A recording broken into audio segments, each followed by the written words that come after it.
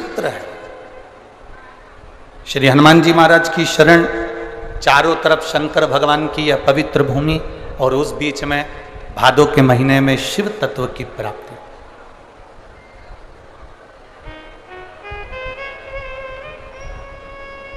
और सबसे बड़ी बधाई आपको आज की,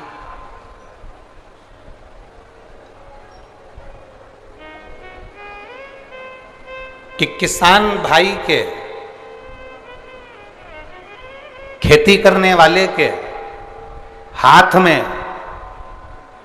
हल देने वाले हलधर भगवान श्री बलभद्र जी का आज प्रागट्य महोत्सव है।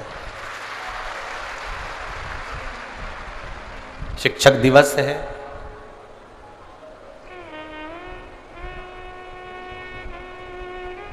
चार गुरु हमारी जिंदगी में हमेशा मिले हैं। पहले नंबर पर माता, दूसरे नंबर पर पिता, तीसरे नंबर पर शिक्षक और चौथे नंबर पर सतगुरु। एक माता रूपी गुरु होती है जो आपको हर पल, हर घड़ी, हर क्षण सत्मार्ग दिखाती रहती।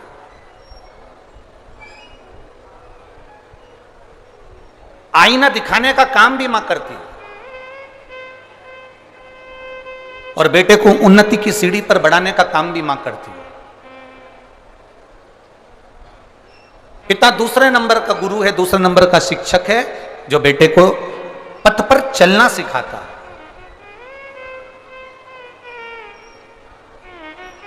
सतमार्ग पर चलना सिखाता है।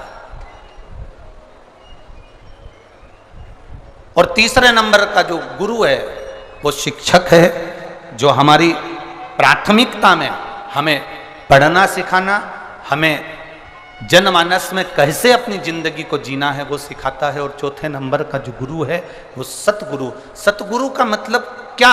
सतगुरु का मतलब ये नहीं है कि केवल धन एकत्रित कर लिया या अपनी संपदा को बना लिया। सतगुरु का मतलब है जो अपने एक शिष्य को सतमार्ग की ओर लेकर छोड़ दे।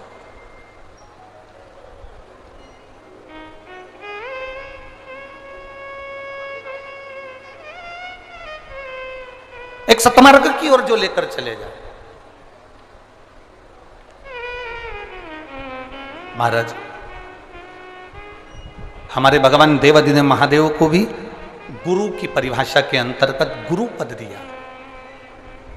स्वयं मां जगत जननी जगदम्बा माता पार्वती जी ने शंकर को गुरु कहा।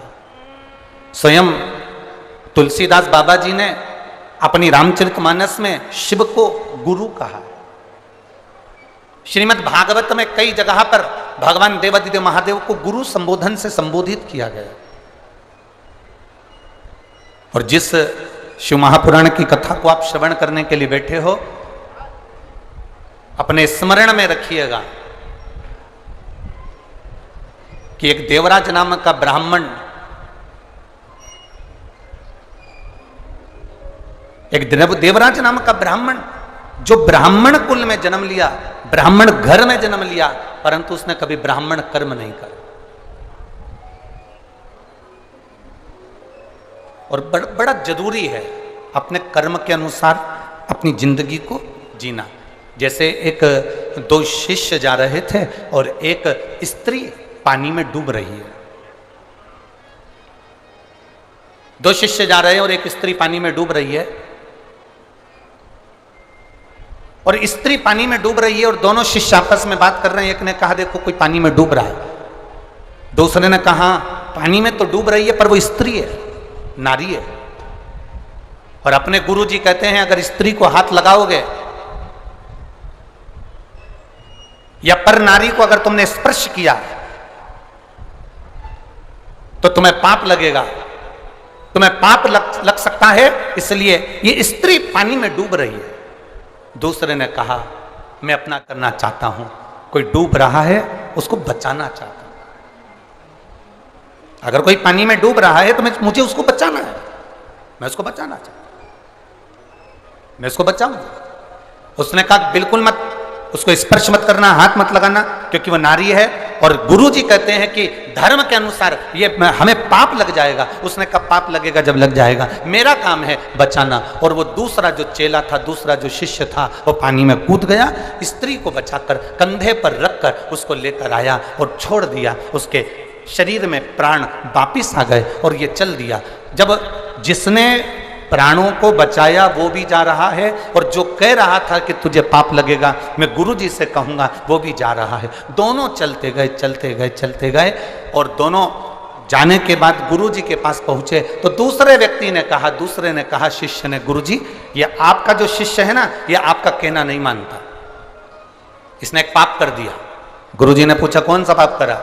इसने ये पाप करा कि इसने पराई स्त्री का स्पर्श किया, पराई स्त्री को छुआ, इसने पाप किया। गुरुजी ने पूछा क्या पाप करा? एक स्त्री पानी में डूब रही थी, इसने उसको बाहर निकाला, छुआ, तो पाप तो लगा ना गुरुजी? गुरुजी बोले पानी में से निकालने में, बाहर लाकर छोड़ने में कितनी देर लगी? तो कहा गुरुजी लगभग 15 मिनट लगे। ठीक है, जहां पर उस स्त्री को छोड़ा वहां से यहां तक तुम चलकर आए मेरे आश्रम तक, कितनी देर लगी? गुरुजी 6 घंटे लगे।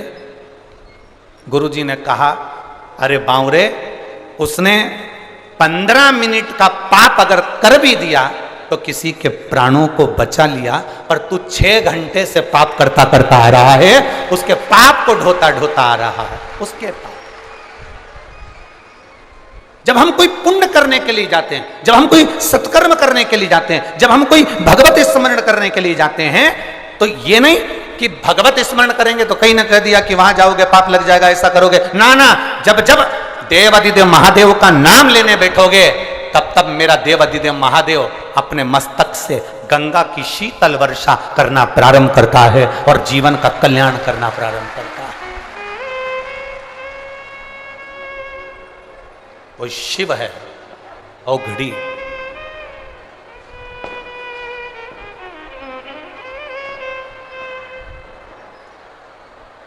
वो शीतल वर्षा करना प्रारंभ करता है, भगवत स्मरण करना प्रारंभ करता है, भगवत भजन करना प्रारंभ करता है। आप करो भगवत स्मरण,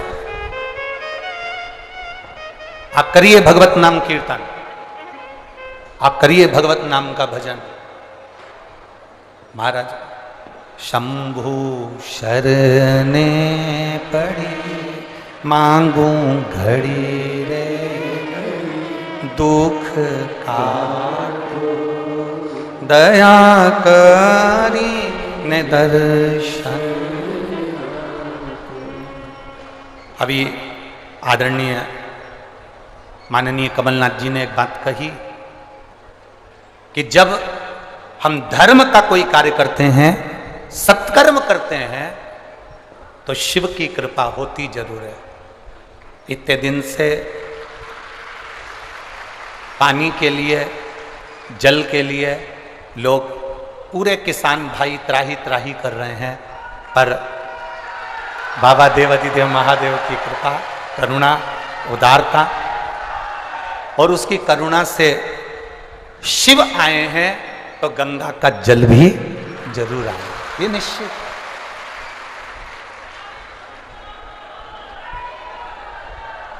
ये निश्चित है।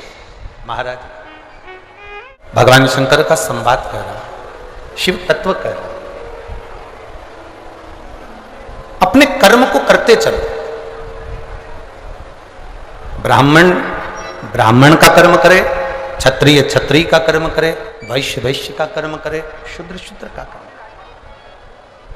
देखिए, जब व्यक्ति आगे बढ़ता है, जब व्यक्ति उन्नति की सीढ़ी की ओर जब अग्रण्य होता है, जब व्यक्ति आगे बढ़ने का प्रयास करता है, तो अच्छा कर्म करने के लिए जब आप आगे बढ़ेंगे, अच्छा कर्म करने के लिए जब आप अग्रण्य होंगे, तो ये निश्चित है कि कोई ना कोई आपका पांव खींचकर पीछे खसकाने का प्रयास करेगा।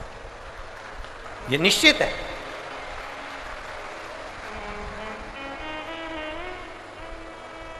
पतंग और नाम जितनी ऊंचाई पर जाते हैं, काटने वालों की संख्या उतनी ज्यादा बढ़ जाती है।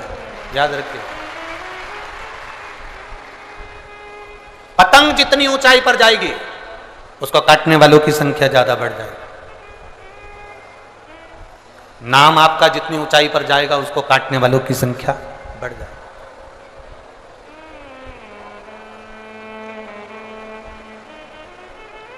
बहुत शिव महापुराण की कथा कहती है, काटने वाले का काम है काटना, काटने वालों का कर्म है काटना। आप अपने कर्म को करते हुए आगे बढ़ते चलो, आप अपने कर्म को करते हुए अग्रण्य बढ़ते चलो। आगे शिव की मर्जी, वो आपको हाथ पकड़कर कितनी उन्नति की सीढ़ी पर चढ़ाकर लेकर जाए, आपको कहां तक चढ़ाकर लेकर जाए उसकी मर्जी है।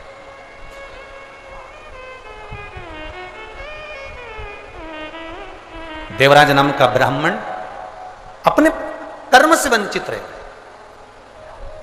चोरी करना, गलत काम करना, धन लेकर आना चोरी का, और उसमें डूबे रहे। देखिए शिव महापुराण की कथा कहती है, जन्म उस भोलेनाथ ने अगर आपको दिया है, आपका जन्म यदि इस संसार सागर में हुआ है, मृत्यु लोक में हुआ है, आपका जन्म इस संसार सागर में हुआ है, आपका जन्म इस संसार सागर में अगर आपका हुआ है, तो उसने अगर आपको जन्म दिया है तो पेट भरने की जवाबदारी भी उसने अपने पास में रखी है, उसने रखी है।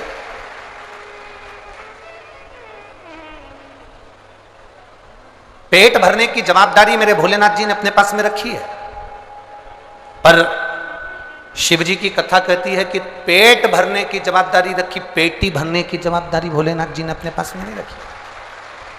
बाबा कहते हैं कि मैं, और हमारा भी शास्त्र तो वही कहता है कि साईं इतना दीजिए जामे कुटुंब समान, मैं भी भूखा ना रहूं और साधु भूखा ना जाए। यही तो हमारा शास्त्र कह रहा है। देवराज की कथा यही तो वर्णन कर रही है। देवराज ब्राह्मण होकर अपने कर्म से वंचित हो गया। देवराज को जब जब धन की जरूरत पड़ी, देवराज को जब जब भोजन की जरूरत पड़ी, तब तब देवादिदेव महादेव ने दिया,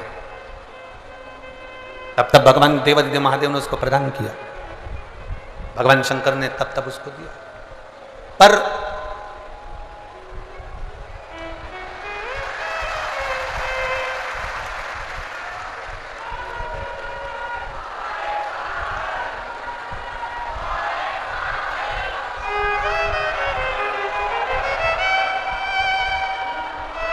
शंभू शंभू तो जब जब जरूरत पड़ी, देवादिदेव महादेव कहते हैं कि जब जब जरूरत पड़ी तब तब उसने दिया है आपको, तब तब उसने प्रदान कराया। पर देवराज की गलती क्या हो गई कि देवराज अपनी पत्नी का पेट भरने के लिए भगवान दे देते, बच्चों का पेट भरने के लिए भगवान दे देते, अपने परिवार का पेट भरने के लिए भगवान दे देते। पर देवराज की गलती क्या हो गई? देवराज की एक गलती सबसे प्रबल हो गई कि वो पर स्त्री में लग गए।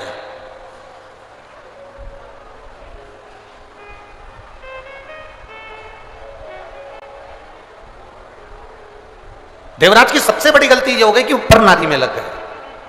और जब वो पर नारी में लगा तो एक दिन उस जिस स्त्री के चक्कर में वो पड़ा था, उस स्त्री ने उससे कह दिया, जिस नारी के चक्कर में वो पड़ा था उस नारी ने उससे कह दिया, देवराज सुनो, जो रानी के गले में जो चंद्रहार पड़ा हुआ है, रानी के गले में जो चंद्रहार पड़ा हुआ है, वो हार मुझे ला कर दो।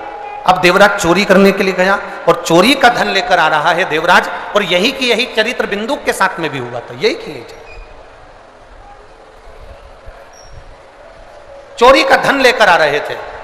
कहां जाएं? शरीर में ताप पड़ गया देवराज के, और देवराज के शरीर में ताप पड़ा तो शिवजी के मंदिर में जाकर छुपकर एक स्थान पर, जहां उसको शरीर में ठंड लगी, ताप पड़ा, तो एक छुपकर स्थान पर बैठ गए। शिव पुराण कह रही है, देवराज को यह मालूम नहीं है कि मैं किस स्थान पर पहुंच गया। देवराज को यह मालूम नहीं है कि मेरा स्थान बदल गया। अभी तक मैं चोरी का धन लेकर अपने घर जाता था, आज पहली बार चोरी के धन को लेकर मैं भगवान शंकर के देवालय तक पहुंच गया, चोरी का धन लेकर आज मैं शिवालय तक पहुंच गया।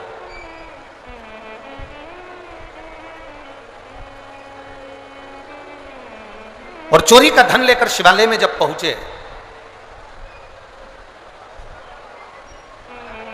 आ गई गंगा,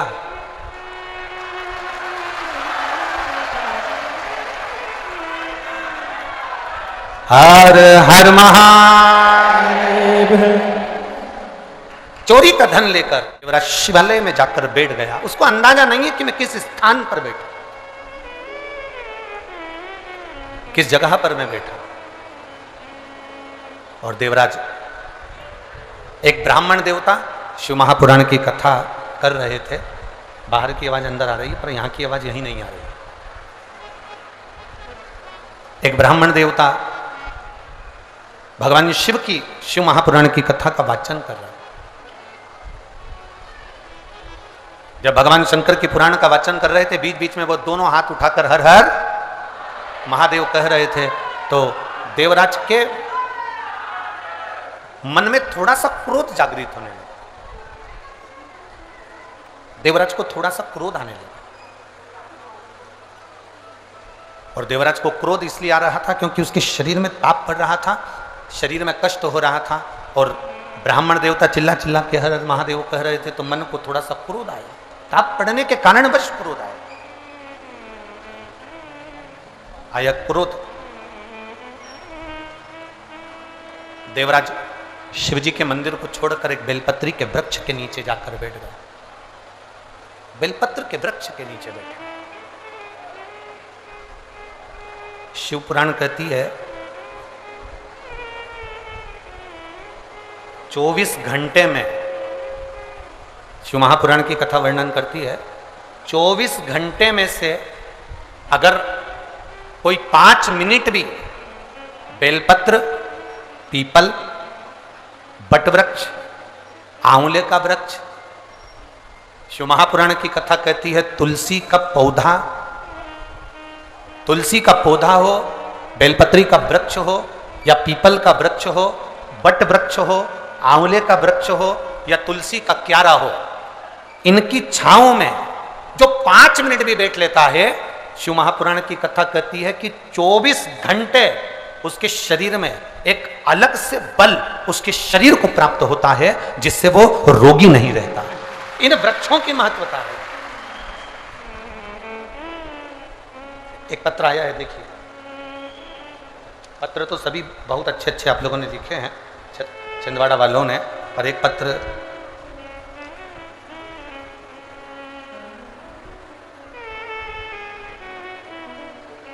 मेरा नाम रत्ना श्रीवास्तव है, मेरे पति का नाम आकाश श्रीवास्तव है, जिला छिंदवाड़ा, चंदन गांव में रहती हूँ। मेरा मोबाइल नंबर ये है। कहीं बैठी हो तो हाथ हिला सकती हैं, कहीं बैठी हो तो हाथ हिला सकती हैं। हाँ ठीक है, दिखा है। दोनों हाथ ऐसा हिला दो दीदी। हाँ जी। अरे बाकी के लोग थोड़ी ना हिलाओ, पक्के छिंदवाड़ा के हो, है? बताओ। हाँ जी जी, एक बार हाथ हिला दो तो। हाँ ठीक है, दिख गए। मेरा नाम रत्ना श्रीवास्तव, मेरे पति का नाम आकाश श्रीवास्तव, जिला छिंदवाड़ा, चंदन गांव में रहती हूँ। मेरा मोबाइल नंबर ये है। गुरुजी, 1 लोटे जल का मैं क्या वर्णन करूं? गुरुदेव, 20 जून 2023 से मुझे एक छाला हो गया था, चने की आकृति का था, जिसका इलाज मैंने बहुत कराया। डॉक्टरों के जांच करवाने के लिए भी भेजने की तैयारी, और डॉक्टरों ने कह भी दिया कि ये साधारण छाला नहीं है। गुरुदेव, सारे डॉक्टरों का इलाज करवाया, सब कुछ किया, पर वो छाला जाता नहीं। डॉक्टर कह रहे हैं ये छाला अलग है, इसकी जांच मुंबई जाएगी और वहाँ से इसकी जांच होकर आएगी।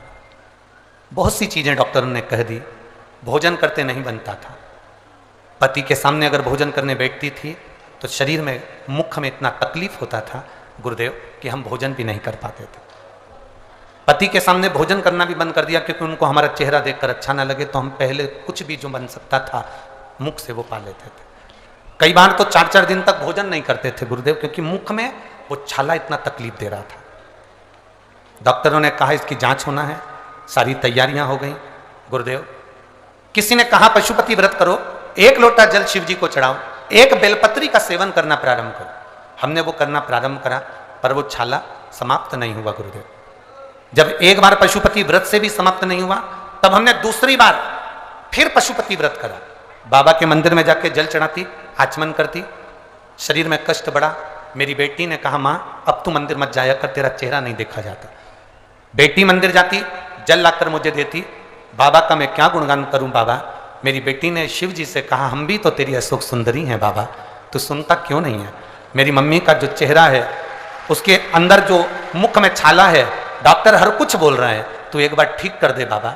और जल का क्या महत्व करूं गुरुदेव। बाबा की कृपा से बाबा का जब स्मरण किया, 2 महीने लगातार जल पिया, बाबा की करुणा से अब छाला ठीक हो गया। इसलिए मैं चंदन नगर से पैदल चलकर यहाँ बाबा के कथा पंडाल में पहुंची। ये शिव कृपा, ये शंकर की उदाहरण। अब ठीक है बहना, एक बार हाथ हिला दो। हर हर। बैठिए।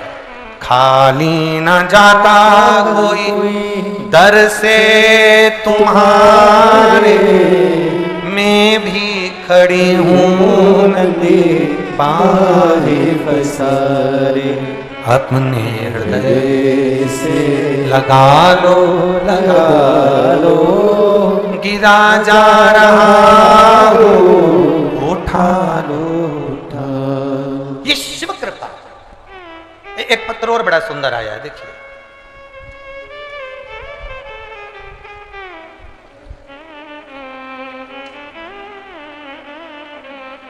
मेरा नाम हिमानी राम कुमार डहरिया है। मैं नरसिंहपुर साईं खेड़ा जिला नरसिंहपुर की रहने वाली हूं। मेरा मोबाइल नंबर ये है। कहीं बैठे हैं आप ही हैं, दोनों हाथ हिला दो। गुरुदेव शादी को कई साल हो गए थे, संतान का सुख नहीं था। डॉक्टर को दिखाया तो कहा कि जिस बच्चादानी जो है, गर्भाशय जो है, वो गर्भाशय आपका इतना गला हुआ है, इतना विचित्र है कि उसमें बच्चा ठहर ही नहीं सकता। गर्भाशय में बच्चा नहीं रह सकता। एक बार बच्चे का चांस लिया तो बच्चेदानी कमजोर थी, जिसके कारण बस बच्चा नहीं रहा, बच्चादानी भी बेकार हुई। गुरुदेव अब डॉक्टर कहते हैं कि तुम बच्चे का योग कभी ना लें, क्योंकि वो बच्चादानी इतनी कमजोर है कि बीच में से फट जाती है, उसका चांस नहीं है संतान का। बड़े दुखी हो गए गुरुदेव। तब किसी के कहने पर पशुपति व्रत करना प्रारंभ करा। बाबा की कृपा का हम क्या गुणगान करें गुरुजी। जब पशुपतिनाथ का व्रत किया, एक बार का व्रत 3 सोमवार पूरे हुए और बाबा की कृपा से गर्भ ठहर गया। गर्भ तो ठहर गया, पर चिंता यह थी कि बच्चादानी ठीक नहीं है, तो उसमें बच्चा कैसे रहेगा। बच्चा उसमें रह ही नहीं सकता। अब करें तो करें क्या। डॉक्टर को दिखाया तो डॉक्टर कहता है कि आपका गर्भ तो ठहर गया, पर यह बच्चा भी चले जाएगा। 1 महीना निकला, 2 महीना निकला गुरुदेव, 3 महीना निकला।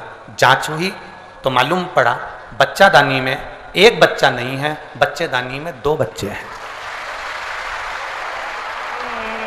अब बच्चादानी में 2 बच्चे, और डॉक्टर कह रहा है कि गर्भाशय का बच्चादानी बच्चा सहन ही नहीं कर सकता, करें तो करें क्या।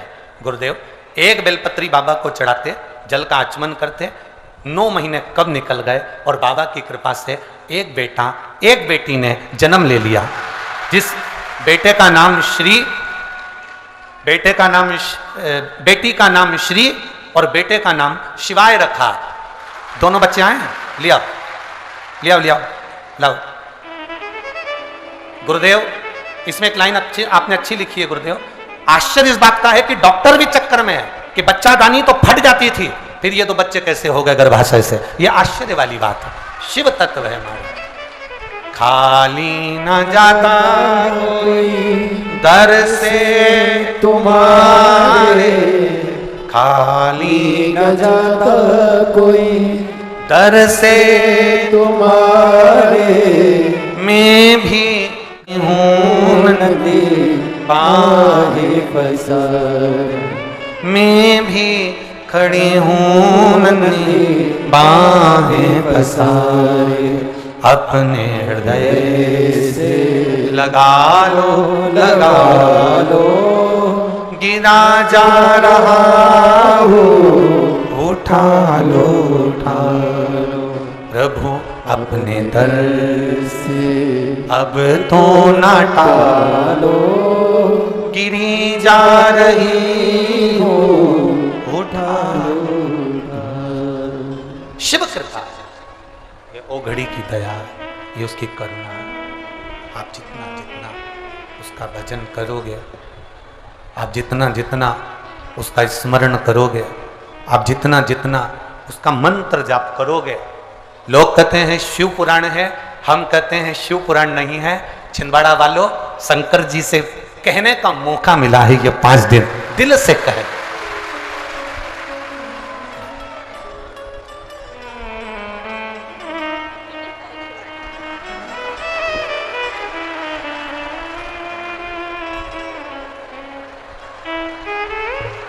एक बार जोरदार ताली श्री और शिवाय के लिए।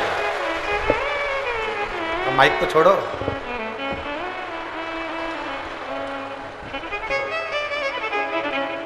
आप ही के हैं, बधाई आपको बहुत बहुत।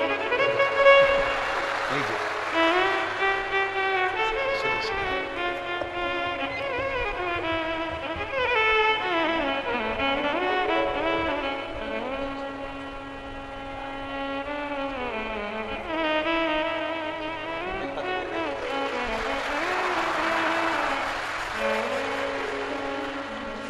अरे लुटा दिया ने कर दिया माला, शिव तत्व इसी को कहते हैं। ये कहने का मौका मिला।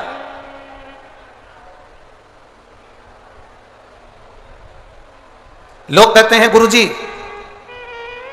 पंडाल में बैठकर बोलने वाले को 3 महीने में बाबा प्रदान कर देता है। ऐसा पंडाल में होता क्या है? हम पहले भी कहे, आज फिर कहते हैं। हेलीकॉप्टर उतारने के लिए जमीन पर चूने से एच लिखा होता है, उसको कहते हैं हेलीपैड। वो एच देखकर हेलीकॉप्टर उतर जाता है, शिव पुराण देखकर भोलेनाथ उतर जाता है। ये शंकर भगवान का हेलीपैड है।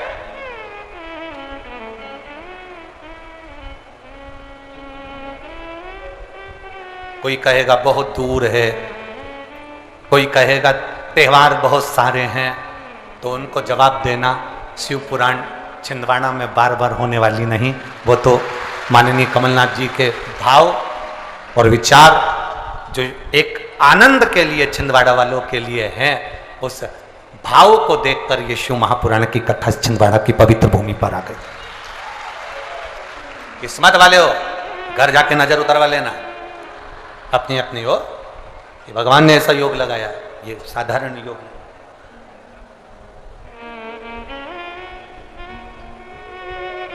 कोई कहेगा त्योहार चल रहे हैं, पूजन करना, करेंगे। 1 बजे से 4 बजे तक कथा है, 4 बजे कथा सुन के आएंगे, उसके बाद पूजन करेंगे। कोई कहेगा हमारा ये वाला व्रत है, 1 बजे से 4 बजे तक कथा है, पंडाल में जाऊंगी, बाबा के चरणों में बैठकर दिल से उससे कह कर आऊंगी, और मैं जानती हूं वो झोली खाली नहीं छोड़ता, भर कर जरूर देता है, देगा, उसकी निश्चितता। देवराज बेलपत्री के वृक्ष के नीचे अपने बैठा, शरीर में ताप बहुत था, प्राणों को छोड़ दिया। भगवान देवादिदेव महादेव के धाम में कैलाश पर भगवान शंकर नंदी को लेकर आए, उसको लेकर गए।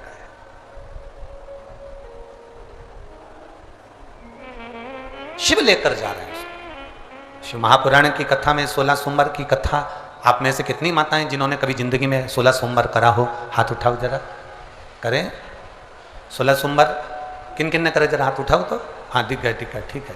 और जितने लोग आस्था चैनल पर सुन रहे हैं, जितने लोग फेसबुक यूट्यूब पर कथा सुन रहे हैं, जितने लोग इस पवित्र भूमि पर छिंदवाड़ा की पावन शिव महापुराण की कथा श्रवण कर रहे हैं, हम आपसे पूछना चाहें, आपने 16 सोमवार का व्रत करा, 16 सोमवार का उद्यापन करा, 16 सोमवार का नियम लिया, 16 सोमवार की पोथी पढ़ी, 16 सोमवार की कथा पढ़ी, 16 सोमवार पे चूरमा बनाया। किसी ने 3-3 बार व्रत करा, किसी ने बेलपत्री का करा, किसी ने चूरमे का करा, किसी ने मिश्री का करा। बोलो सही है, करा लोगों ने। पर जितने लोग आस्था चैनल पर कथा सुन रहे हैं और जितने लोग इस फेसबुक यूट्यूब पर कथा सुन रहे हैं और जितने छिंदवाड़ा की पवित्र भूमि पर कथा सुन रहे हैं, हम इनसे पूछना चाहते हैं,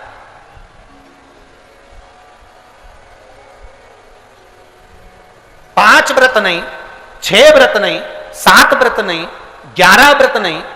हमारे सनातन धर्म में तो 11, 21, 51, बोलो सही है, 7, 5 ऐसा नियम चला आया है हमारे सनातन धर्म का कि 5 व्रत करना है, 7 व्रत करना है, नवरात्रि के 9 व्रत करना है, 11 व्रत करना है, 21 व्रत करना है, 31 करना है, 108 करना है, 1008 करना है। ऐसे नियम हमारे शास्त्रों का चला आया। फिर आखिर 5 व्रत नहीं, 7 व्रत नहीं, 6 व्रत नहीं, 4 व्रत नहीं, 3 व्रत नहीं, 16 व्रत का नियम कहां से आया? 16 व्रत ही क्यों? 15 नहीं, 14 नहीं, 13 नहीं, 12 नहीं, 11 नहीं, कितने? 16। ये 16 व्रत का नियम कैसे?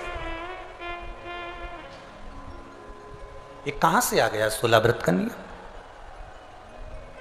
कोई आपसे पूछ सकता है, आपके घर के बच्चे कह सकते हैं, मम्मी ओ माँ क्या कर रही हो? मैंने कहा बेटा मैंने 16 सोमवार के व्रत उठाए। 16 सोमवार के व्रत उठाए? हाँ। क्या करती है उसमें?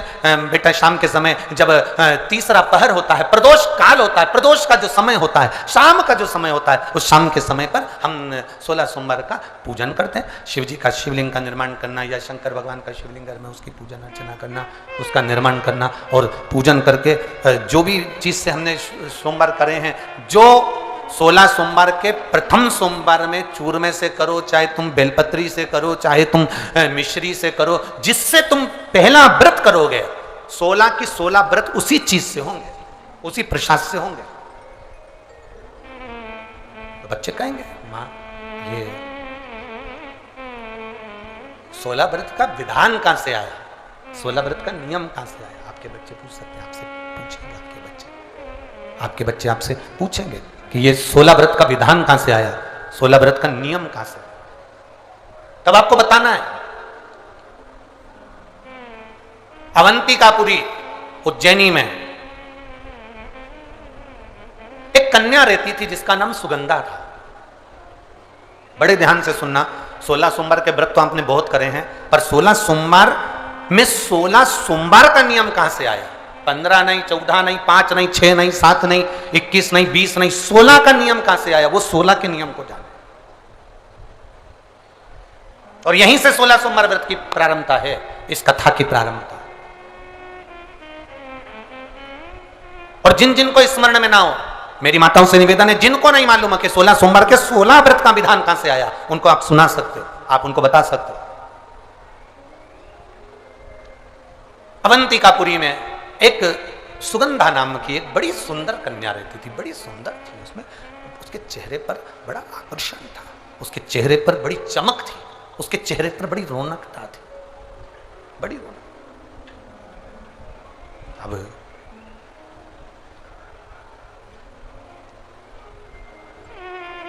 उसकी माता, सुगंधा की जो मां थी, सुगंधा जो कन्या थी, उसकी जो माता थी जिसका नाम रेणुका था, वो रेणुका एक काम बड़ा विचित्र करती थी। किसी भी देवालय में जाती थी, किसी तीर्थ में जाती थी, किसी मंदिर में जाती थी, किसी शिवालय में जाती थी, किसी तीर्थ स्थान पर जाती थी, पुष्प साथ में ले जाए ना ले जाए, प्रसाद साथ में ले जाए ना ले जाए, सोना चांदी दान करने के लिए ले जाए ना ले जाए, पैसा धेला कहीं चढ़ाने ले जाए ना ले जाए, वो एक इत्र की शीशी में रुई को भिगोकर एक डब्बी में भरकर लेकर जाती थी। और उसका नियम था वो रेणुका का कि वो रुई, वो कपास, वो जो इत्र लगा हुआ, जो पदार्थ, जो इत्र लगी हुई जो रुई है, उस रुई को, उस कपास को भगवान के दरवाजे पर, चौखट पर उसको लगा कर आती थी। ये रेणुका का नियम था, ये सुगंधा की मां का नियम था।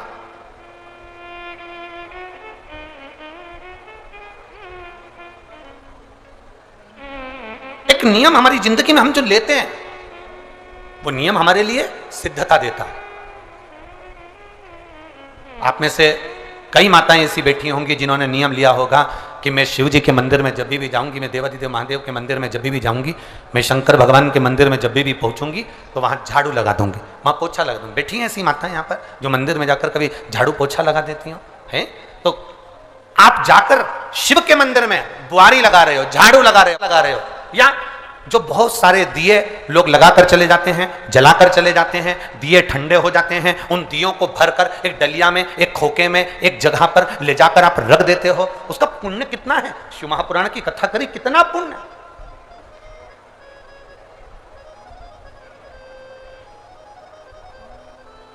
गुरु नानक देव जी ने तो अपने शिष्य वाले से कहा था, गुरु नानक देव जी अपने शिष्य से कहते हैं, संत शिरोमणि में भी शिरोमणि परम पूज्य गुरु नानक देव जी अपने शिष्य बाले से कहते हैं, बाले सुन, भंडारा करने वाला भंडारा करे, लंगर करने वाला लंगर करे, चखने वाला चखे, करने वाला करे। अगर भूलवश भी बाले, अगर कोई भूलवश भी उस लंगर के स्थान पर से मात्र एक गीला कपड़ा कर कर, एक पोछा कर कर, एक बुआरी सवार नहीं कर कर अगर निकल भी जाता है तो वो अपनी जिंदगी के कई दुखों को समाप्त कर जाता है। गुरु नानक देव जी कह रहे हैं बाले से।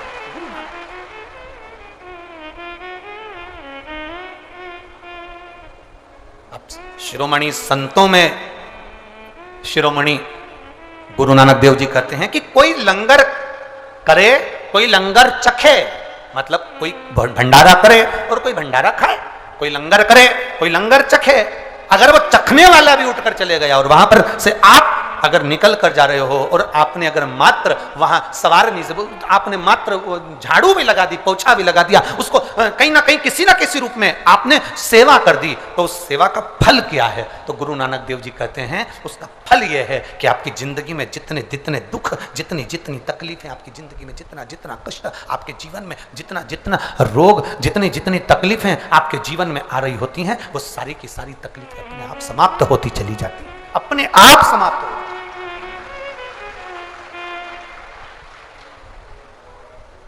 अब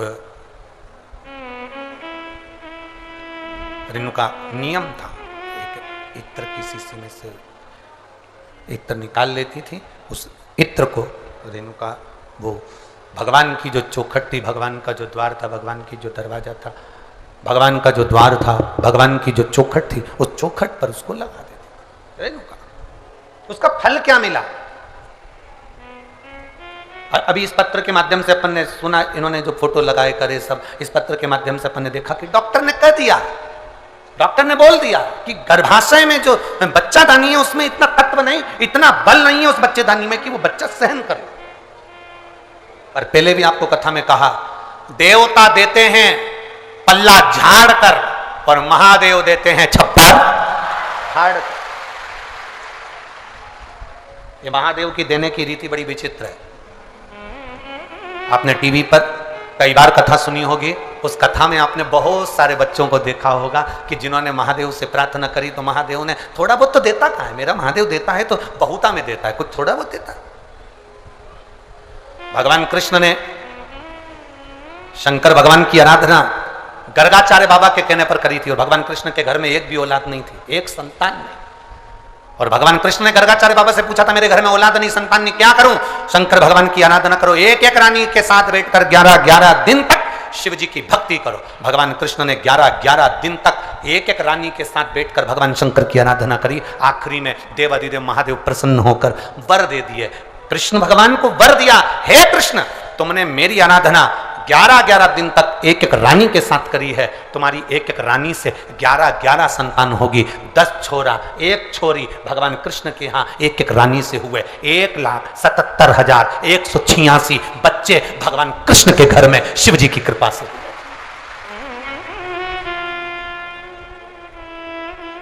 ये शिव की दया से हुए, शंकर की दया से।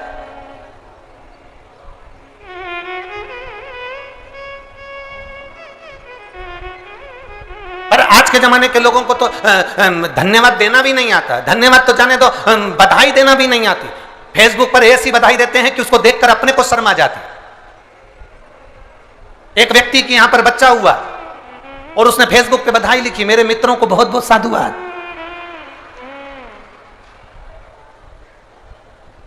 आपका आभार मैं जिंदगी भर नहीं भूलूंगा। बताओ, औलाद तेरे यहां हुई, आभार तू उनका कर रहा है। लिखना ही नहीं आता।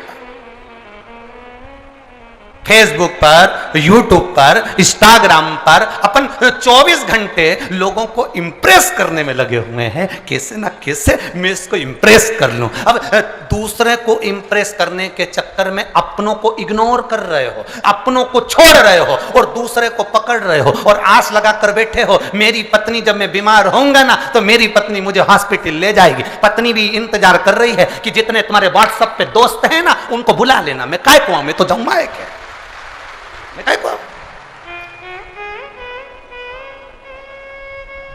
5000 लोग मेरे से इंस्टाग्राम पर जुड़े हैं, 5000 लोग मेरे से फेसबुक पर, 8000 मेरे यूट्यूब पर। इतने मेरे लोग, मेरे दोस्त मुझसे जुड़े हुए हैं। एक बार मोबाइल पे लिख के डाल दे, मेरी आर्थिक स्थिति बड़ी कमजोर हो गई है, केवल मुझे 3 लाख रुपए की जरूरत है।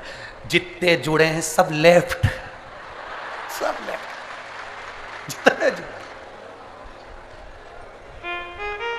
अरे वो जीजियों और मेरे छिंदवाड़ा के जीजा, बहुत ध्यान रखना, हॉस्पिटल के अंदर पड़े रहोगे। 5000 इंस्टाग्राम के, 8000 फेसबुक के और 10,000 यूट्यूब के, ये कोई काम नहीं आएंगे। जिसको तुमने समय नहीं दिया अपनी पत्नी और बच्चों को, वो हॉस्पिटल में तुम्हारे लिए श्री शिवाय नमस्तुभ्यम कहते नजर आए। भगवान से प्रार्थना कर रहे होंगे, हमारे पति के प्राण बचा लो बाबा, मेरे पति को बचा लो, मैं तुम्हारा पशुपति व्रत करूंगी, सोमवार का व्रत करूंगी। महादेव कहेंगे इसने तेरे को रत्ती भर का समय नहीं दिया, दिन भर रात को सोया तो भी। एक बार पत्नी ने घूर के देखा तो उधर, दिन भर लगा रहे। अब तू के कि मैं सोमवार का व्रत करूं, पशुपति व्रत करूं, इनकी उम्र बढ़ा दो। भगवान बोले अब मैं तू बता क्या करूं। फिर भी पत्नी कहेगी भला है बुरा है जैसा। समझ में आ गया क्या? वही हार वाली चोटी, भला है बुरा है जैसा भी है, मेरा भेरू तो मेरा भेरू है। अब करे सो क्या, कहां जाए? शिव की आराधना में, भक्ति में, भगवान की आराधना में, भगवान के चित्त स्मरण में हमारी चित्त वृत्ति को हमें रंग। हम किससे आस लगा कर बैठे, किससे आस? अरे देख लिया संसार हमने, देख लिया सब मतलब के यार हमने, देख लिया झूठे नाते झूठे रिश्ते, झूठे नाते झूठे रिश्ते, अरे झूठा है संसार हमने देख लिया, सब लब के यार हमने देख लिया। ये किससे आस लगा कर बैठे?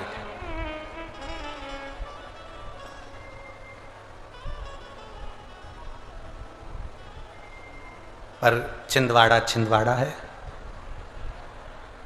कल हमने बहुत सुंदर एक नजारा देखा है।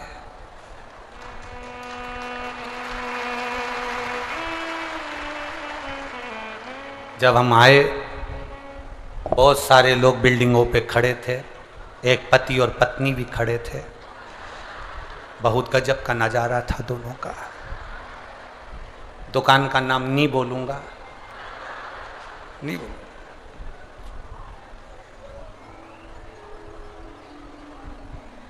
पति नीचे खड़ा था, पत्नी एक वो बाउंड्री पर पति के बाल पकड़ के खड़ी थी।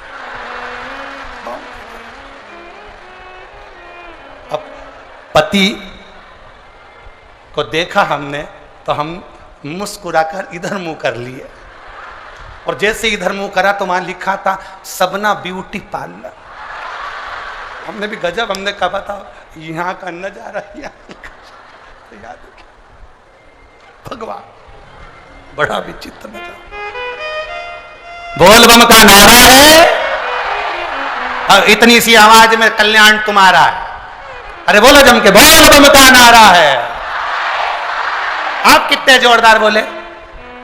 ऐसे ही बोलना चाहिए, दीन बंधु दयालु दया कीजिए। जो जम के नहीं बोले उसको उठा लीजिए। बोलो जम के, बोल बम का नारा है।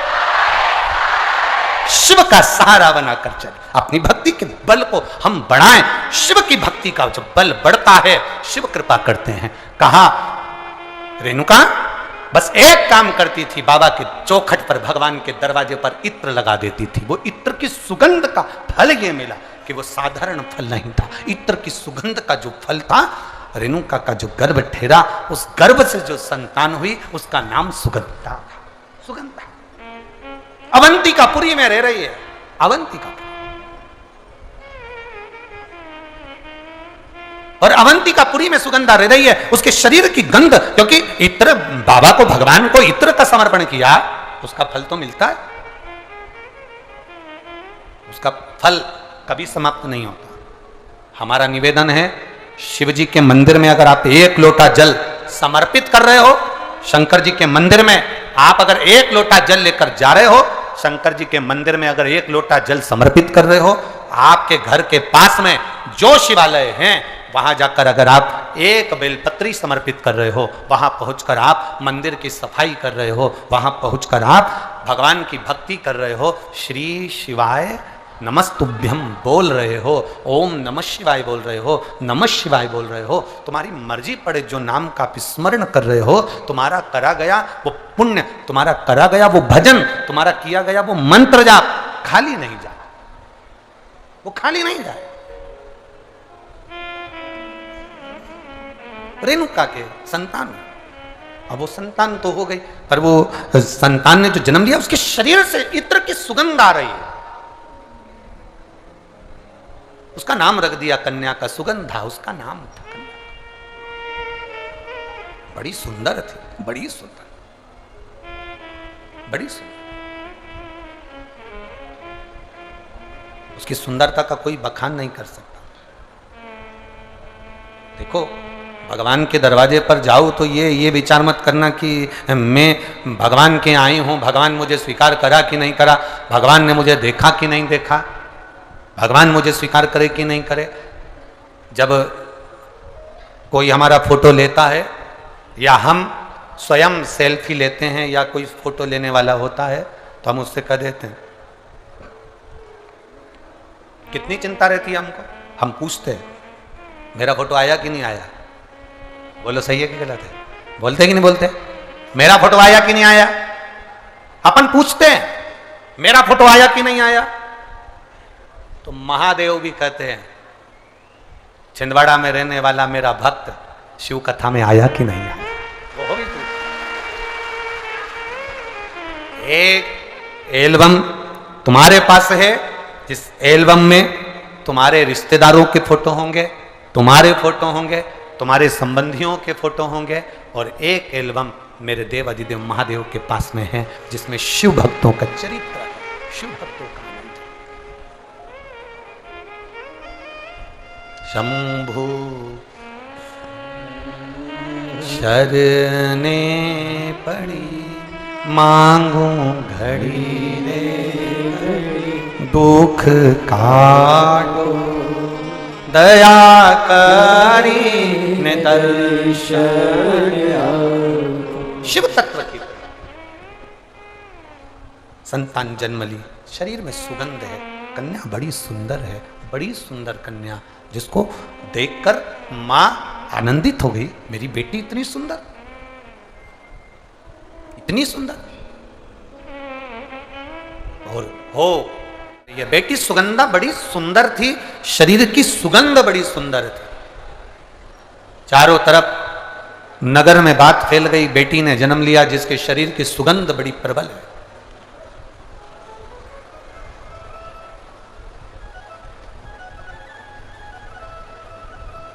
व्यक्ति के जीवन की सुगंध से ज्यादा बड़ी सुगंध होती है उसके अच्छे कर्म की सुगंध।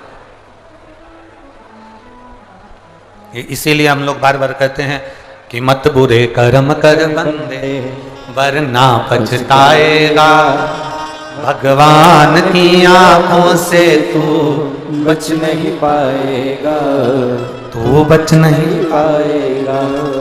अरे ओ अज्ञानी मत करना। एक अच्छे कर्म की जो सुगंध होती है वो श्रेष्ठ होती है। भगवान पद दे, प्रतिष्ठा दे, धन दे, वैभव दे, सत्ता दे, कुर्सी दे, आपकी शोहरत, आपका नाम दे, तो प्रयास करना अपनी जिंदगी में ऐसा कर्म कर कर जाना कि लाखों लोगों की प्रेरणा का एक स्रोत बन जाए। लाख कर्म कर कर।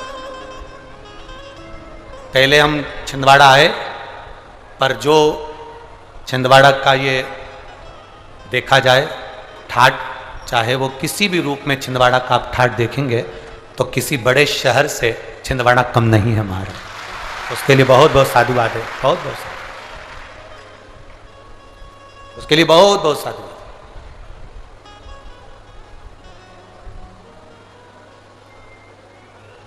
सत्ता हो, वैभव हो, कुर्सी हो, पद हो, प्रतिष्ठा हो, तो मन में ये भाव रखो कि क्षेत्र को, प्रदेश को, देश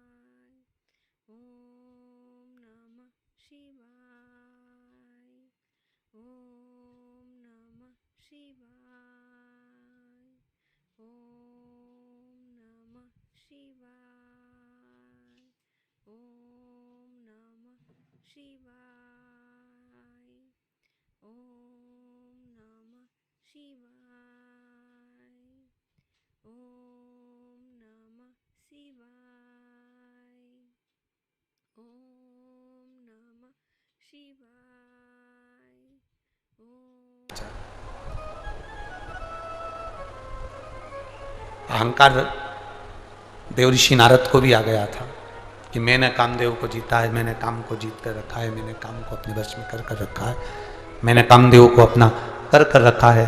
जिस कामदेव को देवाधिदेव महादेव नहीं जीत पाए, जिस कामदेव को स्वयं शंकर भगवान नहीं जीत पाए, उस कामदेव को देव ऋषि नारद कहते हैं मैंने जीत कर रखा। मतलब मैंने काम को जीता तो मैं सुंदर हूं। और अपनी सुंदरता का बखान करने के लिए एक सत्ता में, एक सभा में जाकर बैठ गए। उस सभा में कन्या का स्वयंवर था। भगवान से वर प्राप्त किया था कि ऐसी सुंदर मेरी काया बना दो जिससे ये कन्या मेरे गले में माला पहना दो। पर वो सुंदर था। देव ऋषि नारद के अभिमान को तोड़ा भगवान विष्णु ने। देव ऋषि नारद की अभिमत्ता को तोड़ दिया भगवान विष्णु ने। देव ऋषि नारद की जब अभिमत्ता को, देव ऋषि नारद के जो अभिमान को भगवान नारायण ने तोड़ दिया। और क्या मान करे रे काया का, क्या मान करे रे काया का, कि काया माटी मिल जाएगी राम भजे।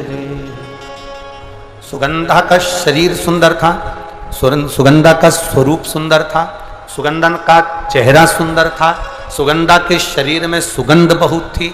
तो उसका लाभ सुगंधा ने गलत जगह पर किया। सुंदरता का प्रतीक होकर सुगंधा अपने शरीर की गंध फैलाती और कई युवाओं को, चाहे वो ब्राह्मण हो, चाहे वो क्षत्रिय हो, चाहे वो वैश्य हो, चाहे वो शूद्र हो, कोई भी हो, सबको अपनी ओर आकर्षित कर लेती।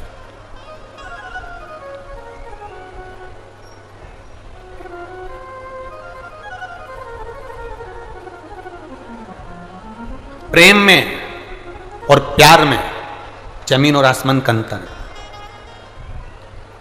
प्रेम में और प्यार में जमीन आसमान का अंतर है। प्रेम में कभी खून खच्चर नहीं होता, प्रेम में कभी विवाद नहीं होता, प्रेम में कभी झगड़ा नहीं होता। केवल जहां पर दिखावा रूपी प्यार होता है, वहां कोई लड़का कोई लड़की को मार रहा है, कोई लड़की कोई लड़के को मार रही है, कोई किसी के साथ गलत काम कर रहा है। ये प्रेम और प्यार में अंतर है साहब। ये विचार सोच छोड़ दो कि ये दोनों एक है, ना ना, गलत।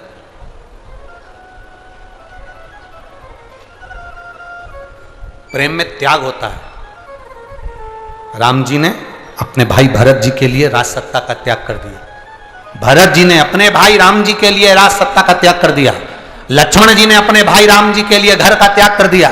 शत्रुघ्न ने अपनी सत्ता का त्याग कर अपने भाई के लिए भरत जी की सेवा में लग गए। ये त्याग है प्रेम में। लोगों ने प्रेम और प्यार को एक कर दिया कि ये दोनों एक है। नहीं नहीं, दोनों एक हो ही नहीं सकते, दोनों में एकता है ही नहीं सकती, दोनों एक है ही नहीं। शिव कथा कर रही है। सुगंधा ने शरीर के बल पर कई लोगों को अपने कब्जे में कर लिया। लोग कह देते हैं कई बार कि मैंने उसको अपनी प्यार के जाल में फांस कर उसको अपनी मुट्ठी में रखा है। मैं जैसा कहूंगा वो वैसा करेगी, क्योंकि मैंने उसको अपनी मुट्ठी में रखा है। वो मुझसे इतना प्यार करते, वो मुझसे इतना प्रेम करते। अब ईमानदारी से बोलो, वो प्यार किस काम का, वो प्रेम किस काम का कि आपको मुट्ठी में रखा जाए। प्रेम करने वालों को तो दिल में रखा जाता है, मुट्ठी में नहीं रखा जाता। तो मुट्ठी में नहीं रखा। उसको कोई ने कह दिया वो मेरे को इतना चाहता है, मैं जैसा कहूंगी वैसा करेगा। मेरा पति मुझे चाहता है, मैंने उसको मुट्ठी में कर रखा है। पति पत्नी से कहे मैंने अपनी पत्नी को मुट्ठी में कर रखा है, वो मुझे इतना प्यार करती, इतना चाहते। ना, प्रेशर नहीं आ रहा है तुम्हारे साउंड का, इसको कह नहीं सकते। जो मुट्ठी में रखा जाए वो ना तो प्रेम है ना प्यार है, वो तो केवल एक खिलवाड़ है कि मुझे इसको नचाना है, इसको नचाना है। स्नेह शिव कथा कर रहे हैं। सुगंधा ने अपने शरीर के बल पर लोगों को अपनी मुट्ठी में कर लिया, अपने कब्जे में कर लिया। एक नारी, एक स्त्री, एक पुरुष, उसको बल, स्त्री को सुंदरता, एक नारी को, एक पुरुष को एक बल, एक सुंदरता परमात्मा देता क्यों है? कभी आप लोगों ने अंदाजा लगाया? कभी किसी शास्त्र पुराण में, किसी वेद में, कभी शास्त्रों में अध्ययन किया कि किसी पुरुष को भगवान सुंदरता दिया, बल दिया, किसी नारी को भगवान ने सुंदरता दिया, चतुरता दी, सुंदरता दी? क्यों दी? उसका कारण क्या है? किस लिए?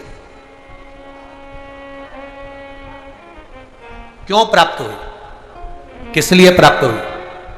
शिव महापुराण की कथा में मां पार्वती जी जब उमा बनकर जन्मी थी, माता पार्वती का ये पार्वती अवतार तो 52 नंबर का है। 51 जन्म माता पार्वती के पहले हो चुके हैं। 51 जन्म, उसमें से जो उमा जन्म माता पार्वती का है। जब माता उमा बनी, शंकर भगवान महेश बने थे, इसलिए उनको उमा महेश कहा गया। तो उमा माता ने भगवान शिव जी से पूछा था, भोलेनाथ जी एक बात बताइए, हम आपसे पूछना चाहते हैं, हमें केवल इतना बता दीजिए कि नारी की सुंदरता नारी को क्यों प्राप्त होती,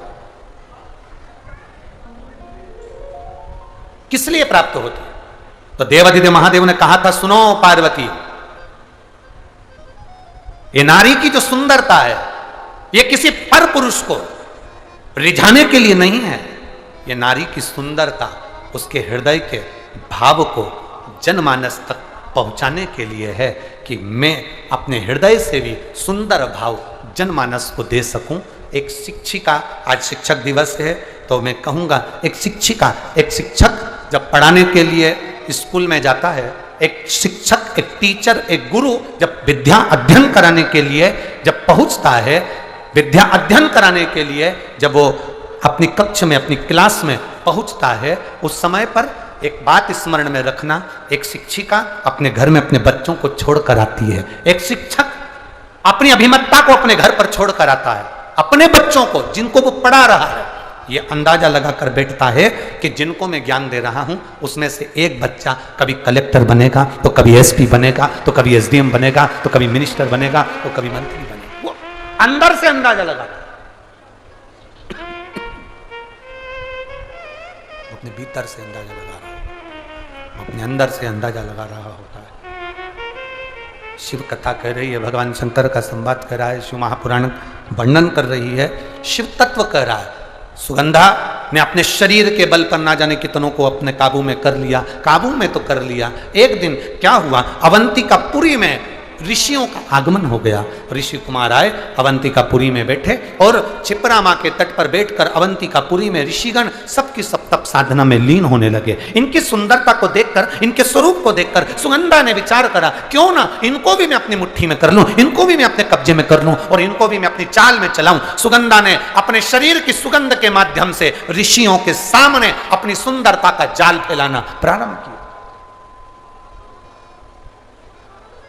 जब अपनी सुंदरता का जाल सुगंधा ने फैलाना प्रारंभ किया, ऋषियों को अपना बनाने के लिए जब जाल फेंका, अपनी सुंदरता का, अपनी सुगंध का जब जाल फैलाया, उस सुगंधा ने, ऋषि कुमार ने, एक ऋषि कुमार ने अपने ऋषियों से कहा कि ये कन्या जो सामने नजर आ रही है, ये कन्या श्रेष्ठ नहीं है, ये अपने काबू में ना जानो कितनों को कर चुकी है, तो ये अपने को भी कब्जे में करना चाहती है, ये अपने को कब्जे में लेना चाहती है, क्या करा जाए। ऋषियों ने कहा कोई बात नहीं, इसके माता पिता के कोई पूर्व के पुण्य होंगे जिसके कारण ये कन्या के शरीर में सुगंध आई है और इसका अवंतिकापुरी में जन्म हुआ है, ये पूर्व के कर्म होंगे।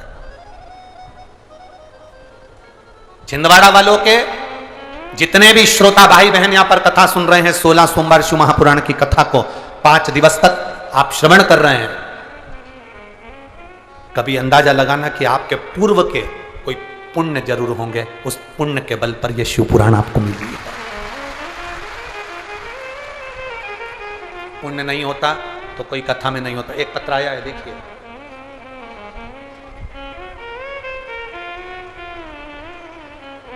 मेरा नाम भूमिका दिनेश बेसरा है, मेरा नाम भूमिका दिनेश बेसरा है, मेरी उम्र 15 वर्ष है। कहीं बैठी हैं? भूमिका दिनेश बेसरा, बेटी कहीं बैठी हो तो हाथ हिला सकती हो, दोनों हाथ ऐसे हिलाओ अगर कहीं बैठी हो तो। बैठी हैं? पीछे हैं? एक बार हाथ हिला दो बेटा, ऐसा दिख रही हैं? दिख गई? मेरा नाम भूमिका दिनेश बेसरा है, मैं 15 साल की बेटी हूं। गुरुदेव 13/10/2022 को मैं स्कूल में चक्कर खाकर गिर गई थी। मुझे मेरे मम्मी पापा ने दवाखाना ले गए, डॉक्टर को पता नहीं चला कि मुझे बीमारी कौन सी हुई, तो मुझे IIMS हॉस्पिटल में ट्रांसफर किया गया। मेरी तबीयत ठीक नहीं, मुझे ICU में डाला गया। मेरी जांचें चालू हुई और जांच जब चलने लगी तब CBC की रिपोर्ट जब आई तो पता चला कि मुझे ब्लड कैंसर है। ब्लड कैंसर है। अब करते क्या गुरुदेव, ऐसा हमारा परिवार भी नहीं कि अधिक धन भी हो, और गुरुदेव ब्लड कैंसर का पता चला, परिवार में मेरी मम्मी मेरे पापा को बहुत रोना आया। तब मेरी मम्मी ने पापा से कहा, चिंता मत करो, सारी समस्या का हल एक लोटा जल है, पास में शिव मंदिर है, मैं वहां जल चढ़ाती हूँ, लेकर आती हूँ। डॉक्टर से कहा आप अपना काम करो, इस बच्ची का इलाज करिए और डॉक्टर ने कहा ये ऐसी बीमारी है ब्लड कैंसर की, ये कभी समाप्त नहीं होती, ये रहती है। गुरुदेव मेरी मम्मी ने भी कह दिया, एक डॉक्टर आप हो और एक डॉक्टर वो कुबेरेश्वर महादेव है, शिव है, वो भी तो बैठा है, करेगा वो। और गुरुदेव डॉक्टर ने कहा था कि इसका इलाज जिंदगी भर चलेगा, ये ब्लड कैंसर है। एक कैंसर वो होता है जो शरीर में किसी रोग से हो जाए, कहीं स्थान पर हो जाए तो उसको काट दिया जाता है, ऑपरेशन कर दिया जाता है, कीमो दे दिया जाता है, कैंसर धीरे धीरे ठीक, ये ठीक होना नहीं। पर बाबा का क्या गुणगान करूं गुरुदेव, डॉक्टर ने अपना इलाज किया, थोड़ा दिन हमें हॉस्पिटल में रखा, शिवजी पे चढ़ा हुआ जल मेरी माँ मुझे देती रही। बाबा का मैं क्या गुणगान करूं गुरुदेव, बाबा ने मुझे संभाल लिया। डॉक्टर ने कह दिया अब तुम्हारे को कैंसर की मात्रा ना के बराबर हो गई है, अब तुम ठीक हो गई हो। ये बाबा को मैं प्रणाम करने के लिए यहाँ आई। बेटी आई है, हाथ हिलाओ बाबू, ये बेटी आई है, आई है। अगर जगह हो तो आप मंच पर आ जाओ बाबू, बेलपत्र बाबा की आपके लिए है। श्री शिवाय नमस्ते। भूमिका दिनेश बेसरा, अब मैं बिल्कुल ठीक हो गई हूं गुरुजी। मेरी मम्मी ने कहा था जहां कथा होगी वहां जाकर प्रणाम करने के लिए लेकर जाऊंगी, मेरी बेटी ठीक हो जाए, इसलिए हम यहां प्रणाम करने के लिए आए हैं गुरुदेव, बाबा को नमन करने के लिए आए। शिव तत्व होता ही ऐसा।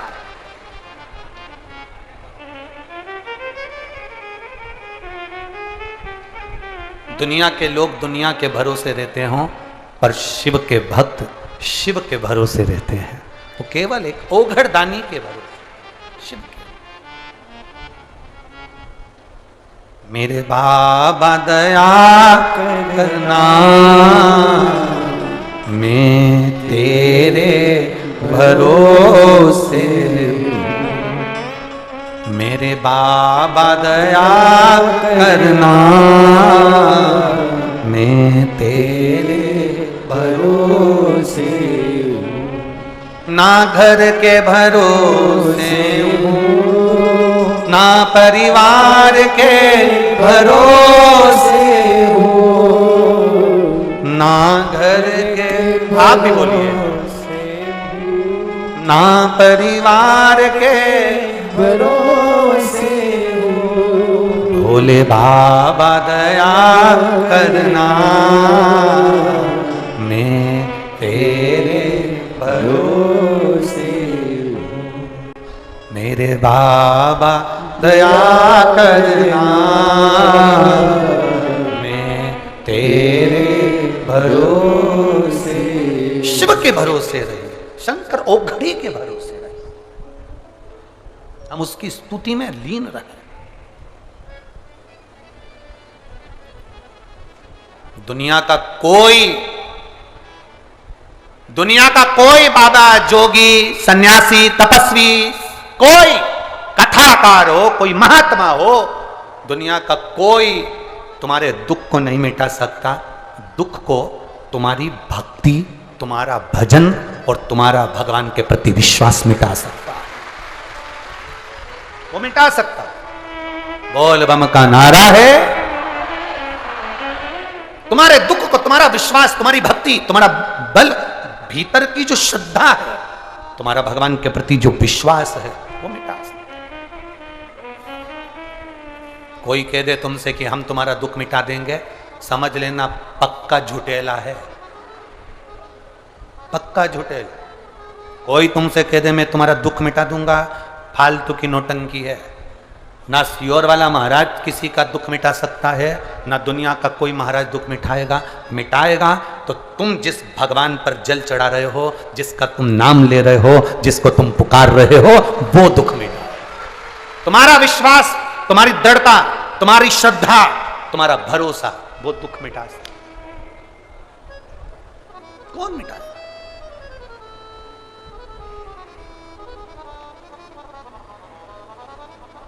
बहुत सुगंधा ने, सुगंधा को लगा कि ये ऋषियों को मैं अपने काबू में कर लूंगी। ऋषियों ने भी अपने तप बल को बढ़ाया, ऐसा तप बल बढ़ाया, उनके शरीर की जो तेज निकली, सुगंधा के शरीर की गंध समाप्त हो गई। सुगंधा के शरीर की सुगंध समाप्त हो गई। सुगंधा को लगा मेरे शरीर में से गंध नहीं आ रही, मेरे शरीर में से सुगंध नहीं आ रही? गई कहां? पता करा तो मालूम पड़ा ये ऋषियों के तेज से ये मेरे शरीर की सुगंध का जो अहंकार था वो समाप्त हो गया। शरीर की सुगंध समाप्त हो गई, शरीर की सुगंध समाप्त हो गई, चरणों में पड़ गई, क्योंकि अब अंदर से भक्ति जाग गई। अभी तक पुरुषों को रिझा रही थी, लोगों को मुट्ठी में कर रही थी, अपनी सुंदरता का वैभव दिखा रही थी। अब विचार करा कि अब करूं तो करूं क्या? चरणों में पड़ी ऋषियों के, बाबा अब मुझे ये कुछ नहीं करना, मुझे तो केवल शिव का नाम लेना है, मैं शंकर को अपना कैसे बनाऊं? तो ऋषियों ने कहा, तू अपने 16 श्रृंगार को करके जब दुनिया के लोगों को अपनी ओर आकर्षित करती थी, तो अपने 16 श्रृंगार कर कर दुनिया के लोगों को अपनी ओर काबू में करती थी। जब तू 16 श्रृंगार कर कर दुनिया के लोगों को अपना बना सकती है, तो 16 सोमवार का व्रत कर कर तू भोलेनाथ को भी अपना बना सकती है। ये 16 सोमवार की कथा यहां प्रारंभ हुई है। यहां प्रारंभ, कोई तुमसे पूछे ये 16 सोमवार कहां से आए, 16 सोमवार का नियम कहां से चालू हुआ तब, और 16 सोमवार व्रत लेने के भी महीने बताएं, कौन से महीने से 16 सोमवार उठाना चाहिए, कौन से महीने से 16 सोमवार का व्रत चालू करना चाहिए, महीना बताया शास्त्रों में, शास्त्रों में उसका वर्णन किया गया, कौन से महीने, कौन से महीने?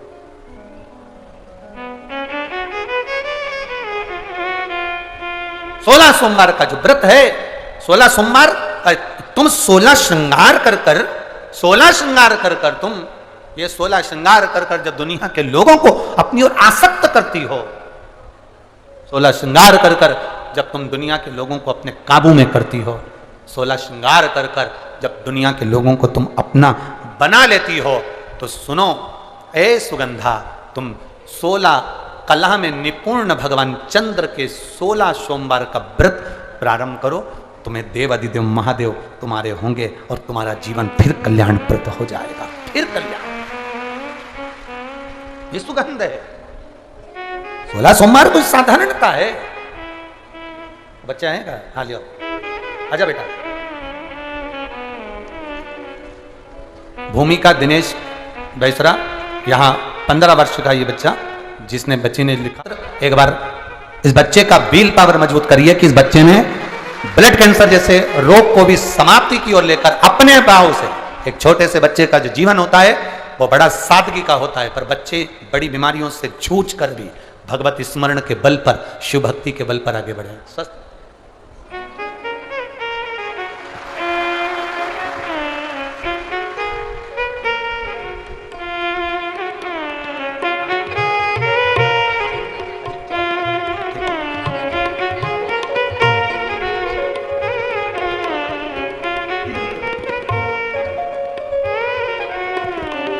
अरे लुटा दिया भंडार काशी वाले ने, कर दिया माला काशी वाले। ये जीवन का एक लक्ष्य हो, परमात्मा की प्राप्ति का केंद्र बिंदु है शिव। आपका विश्वास, आपकी दृढ़ता से शंकर की प्राप्ति। यहां सुगंधा ने ऋषियों से पूछा, मैं करूं तो करूं क्या? तो कहा 16 श्रृंगार कर कर दुनिया को रिझाते हो, 16 सोमवार कर कर महादेव को रिझाया जा सकता है, उसको रिझा। कब से प्रारंभ करूं?